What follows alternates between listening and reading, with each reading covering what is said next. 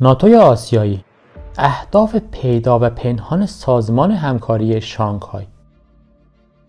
آیا در آینده شاهد تقابل نظامی میان آمریکا و سازمان همکاری شانگهای خواهیم بود؟ سازمانی که حدود 20 سال پیش در شهر شانگهای چین پایه‌گذاری شد با هدف موازنه قدرت و مقابله با تروریسم. همکاری‌های نظامی که این سازمان را در حد ناتوی آسیایی معرفی می‌کرد.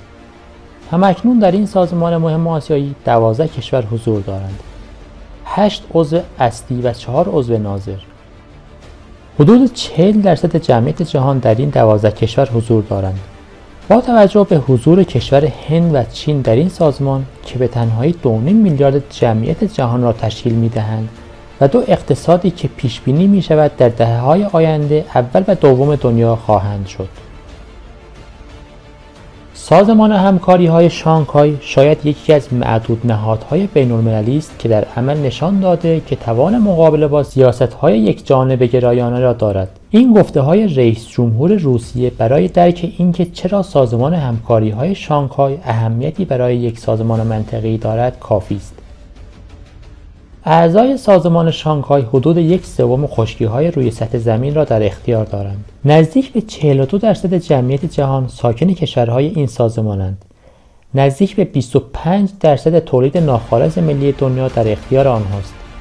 در آینده از 5 قدرت اول اقتصادی دنیا به احتمال زیاد 2 کشور عضو این سازمان خواهند بود.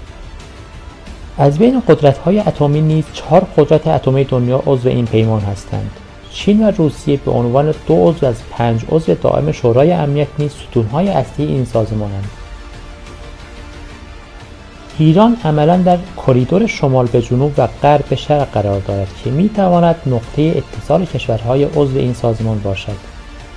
علاوه بر جنبه‌های اقتصادی ایران، مهمترین سنگر مقابله با تروریسم در طول سال‌های گذشته بوده.